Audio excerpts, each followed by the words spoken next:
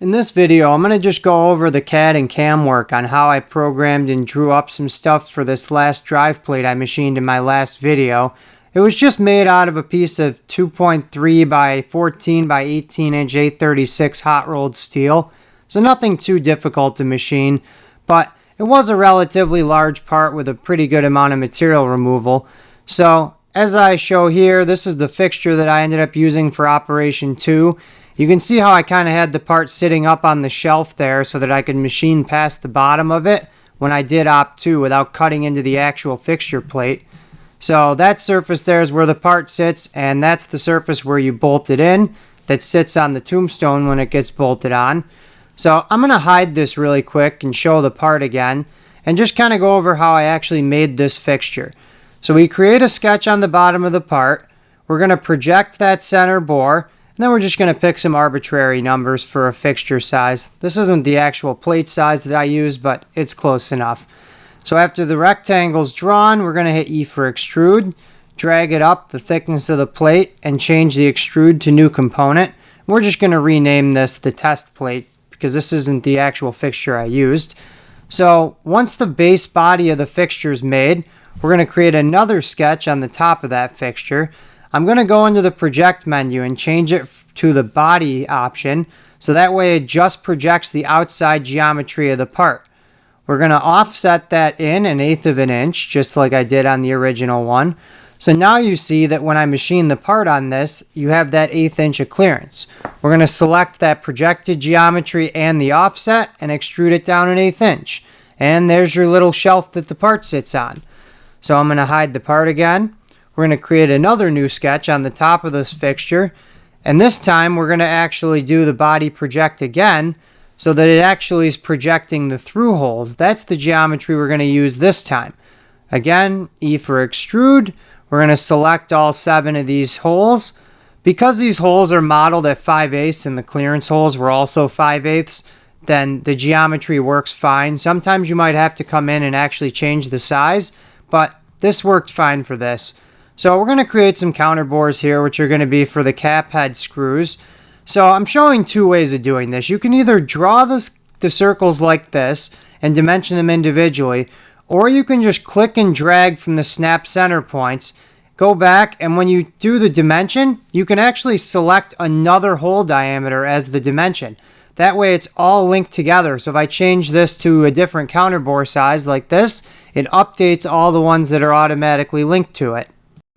Once we get those all dimensioned, we're going to go back into the extrude menu and select all these counterbores. All we're doing is trying to make these at least deep enough where the heads of the cap head screws are going to be below that surface of the plate, so that when it bolts on, it doesn't protrude from the back. So after we get done with doing that, here's the part and how it's going to actually go on the back. We're going to create another new sketch on the back of the part here. Because it's coplanar with the face that the part's sitting on, it doesn't really matter if you do the face of the fixture or the part, but we're just projecting those 2 holes there that you see. Those are the 2 dowel pin locating holes, and this time we're actually going to click and drag the extrude down just to show another way of doing it if you didn't want to type in the number. So with the part on there, you see there's the clearance holes that are going to get bolted through from the back side. So once those are all done, we're going to create another sketch on the top here, and we got to add the holes to mount this to the actual tombstone. So we're just going to create some points here. Again, I'm going to show you another way to do this. Using the horizontal and vertical command, we're going to link all these points together so that they're all in relationship to each other as square. So once that's done, we're going to dimension these from each edge. We're going to dimension this one and dimension this, and then dimension the opposite corner. And instead, we're going to link these back so that this point is exactly the same off the side as the other corner so that they're symmetric on the plate. As you see, you can't move that point around, but the center point is still free to rotate. So what we're going to do here is we're going to create a dimension between these two, a driven dimension that cannot be changed. Then we're going to link back to that and just say divide by 2, puts that point in the middle. Then we're going to do the same thing with the other side. Create a driven dimension, click here, select it, divide by 2. That's going to put that central point right in the middle of the plate in between those other mounting holes. We're going to go up here, select the hole option, and pick these selections here for the points I just created. And as you can see, it's simulating the holes. I already have this defaulted to my 5/8 clearance hole. You could change this so that you can actually manually enter the counterbore diameters and stuff, but Fusion has a lot of preset cap screw sizes and things already in there that, depending on how you want the fit, it'll change the through hole diameter, and I find that that's easier if you're going to use the hole option. We're going to create another sketch on the top here, and this is going to be for the dowel pins that are going to locate the fixture once I bolt it onto the tombstone. So I'm going to do something here using the horizontal vertical and make the dowel pins in line with those cap screws. But when I dimension them, I'm actually going to make one a 1/2 inch further from the hole than the other. That way you can't put the fixture plate on upside down or else the holes won't line up. Just a little bit of error proofing to make sure that you can't put this on backwards, because that's always a good thing to do. So I'm going to show the part here, and that's basically the fixture that I used. Not dimensionally the same, but conceptually pretty much identical. So we're going to jump over into the actual programming of the part here. Starting off on my first setup, I usually use stock box point for this. Dimension the stock in the right hand box, and it's going to put the 0 right in the center of the stock. Starting off with just a basic facing path. For geometry, I'm just using the default stock geometry since nothing's been machined yet. Now my step over may look relatively low here, my depth of cut may be low, but that's because this is a high feed mill and the effective cutting diameter is not actually the full diameter of the tool. So for that inside pocket, I actually used a 2D pocket toolpath. For my geometry, I just selected the edge right there and gave it a tangential extension distance for the outside of the part. It has a helix in there, which it doesn't actually really use. And I just have multiple depths selected and my stock to leave so I can come back and finish this later. And you'll see it steps down a series of times there. Center bore, same thing, 2D pocket toolpath. Selected that center bore. And this sort of gives me a spiral toolpath so that when it feeds into there, it's doing more of an outward spiral instead of just doing a straight step over. Next, we're going to finish the top of the plate. Just selected that top geometry for where the finished part ends up for this. We're going to drill all the holes, the clearance holes, the tapped holes, the dowel pin holes. Start finishing the part off. We're going to start off with just a basic 2D contour. I selected the bottom edge here. That's going to finish the bore. Now another 2D pocket toolpath, which is going to machine these counterbores. I just selected all this geometry on the bottom here. I did my roughing passes and finishing passes here. And the reason I use 2D pocket for this is so I only need to do one toolpath for this entire thing. I did this using pre-drill points here, so it just plunges right in the center. And as you'll see here, it basically does a 2D adaptive style roughing, but it includes a finishing pass in the same toolpath. After those are done, we're going to jump over into another 2D adaptive.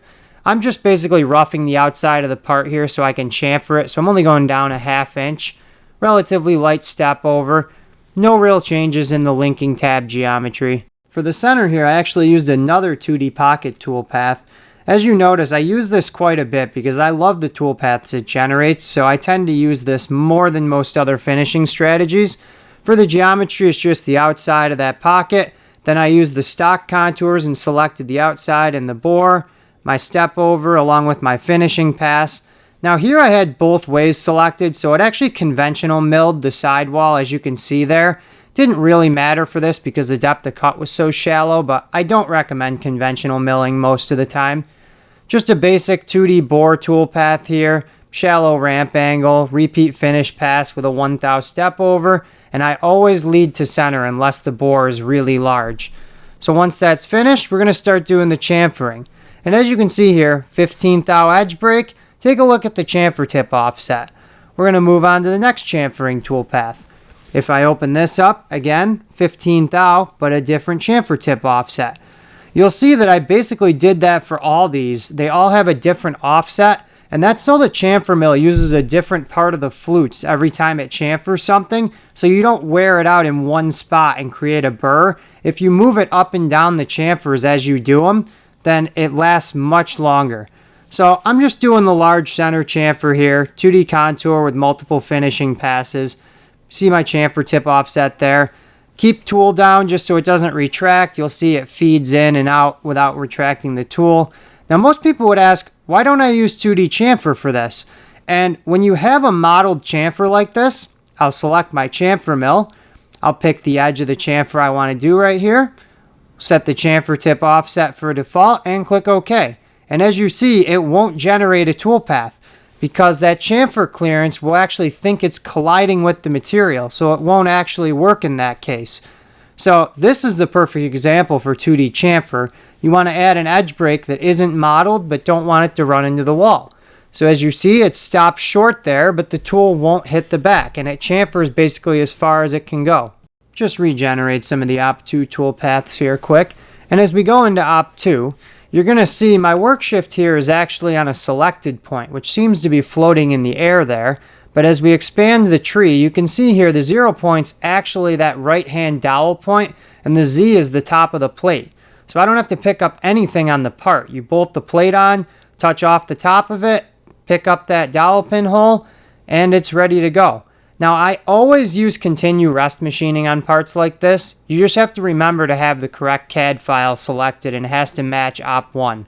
So we start off with a 3D adaptive here. I do these toolpaths for facing a lot because it has a constant engagement versus a facing path going on and off the part. So standard step over, my step down there. I always turn smoothing on for my adaptives, and as you can see here, it makes a nice looking spiral in toolpath from the outside. So for the center bore, again, 2D pocket, I selected the geometry I wanted to right there. My stock to leave for the floor and the wall of that counter bore.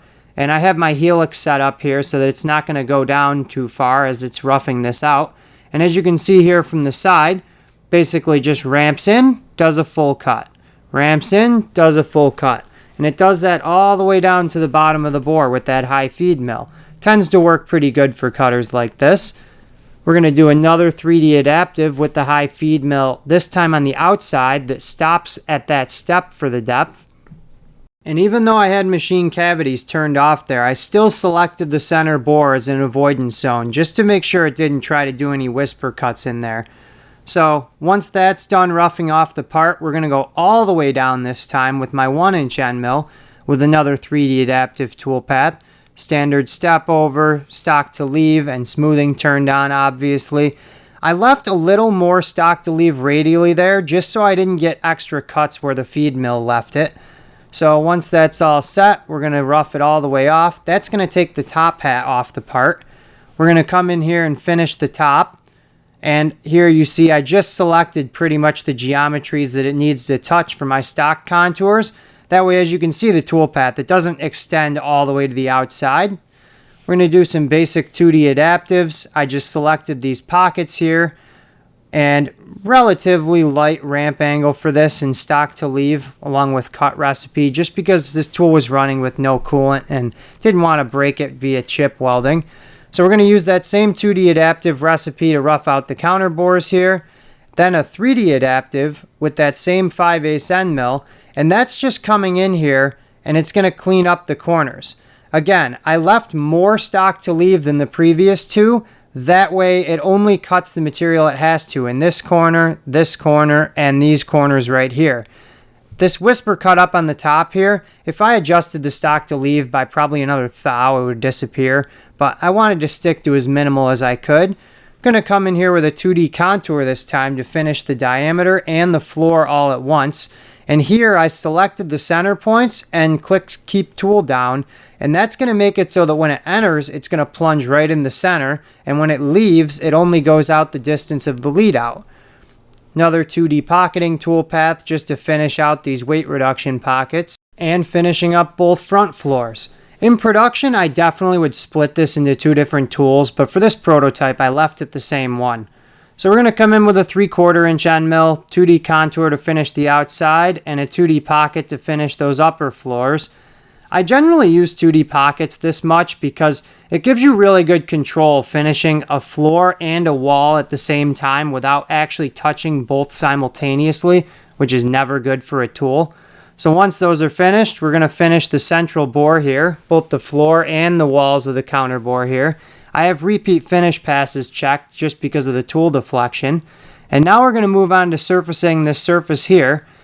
Have my 3/8 ball end mill. I selected the entire top radius here as the machining geometry I wanted here, and then I set the rest of the part as the avoidance boundary with some amount of stock to leave, with a -2 thou and 1/10 on the boundary.